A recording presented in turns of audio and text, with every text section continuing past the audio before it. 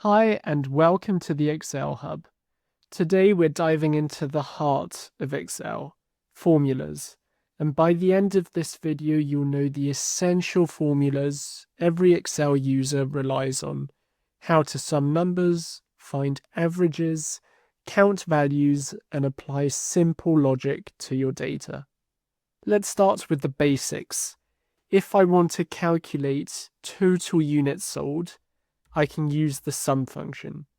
We're going to type equals sum, open brackets, and then select the range D3 to D8 and press enter.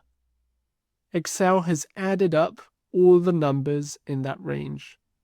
Now let's find the average unit price.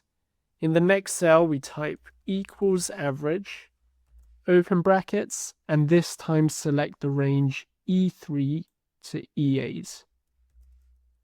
This gives the mean value of all prices in column E. To find extremes, we use max and min. For the highest revenue, we use equals max and then select G3 to G8, close brackets and click enter. And for the lowest, we use equals min, and then once again type G3 or select G3 to G8. These four, sum, average, max, and min, are everyday essential formulas for quick data checks. Next, let's talk about counting. The count function only counts cells with numbers.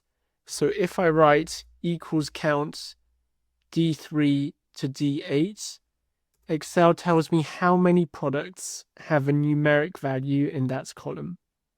If I want to count everything, including text, I'll use count A instead. And here we can then select B3 to B8, which don't include numbers.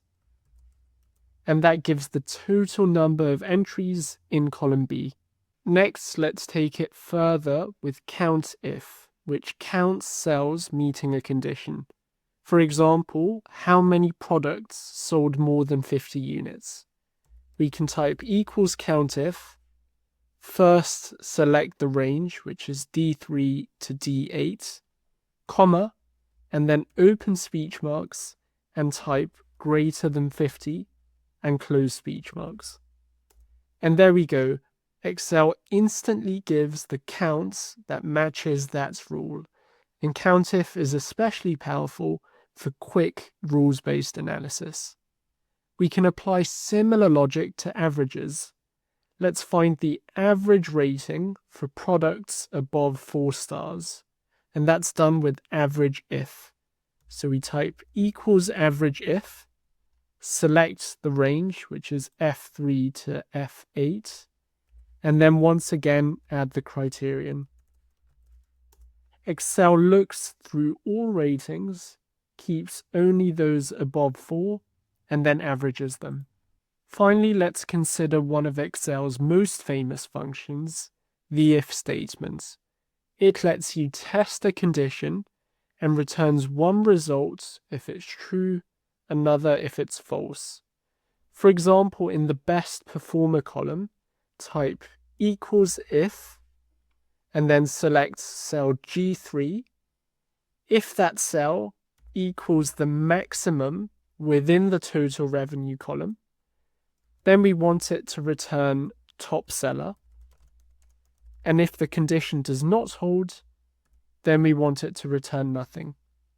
So in other words, if the product has the highest revenue within the range, then Excel returns top seller. Otherwise, it leaves the cell blank. Now, before we drag this down, we have to add absolute references or $signs around this range.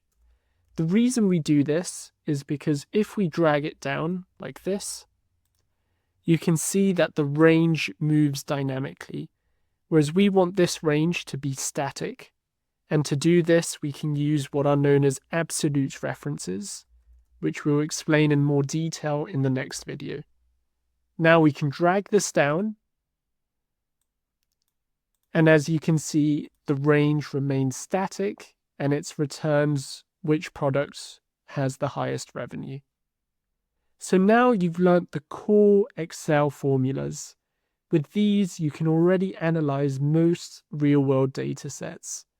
Please give this video a thumbs up if you found it useful, and subscribe to the Excel Hub for future Excel tutorials, techniques, and examples.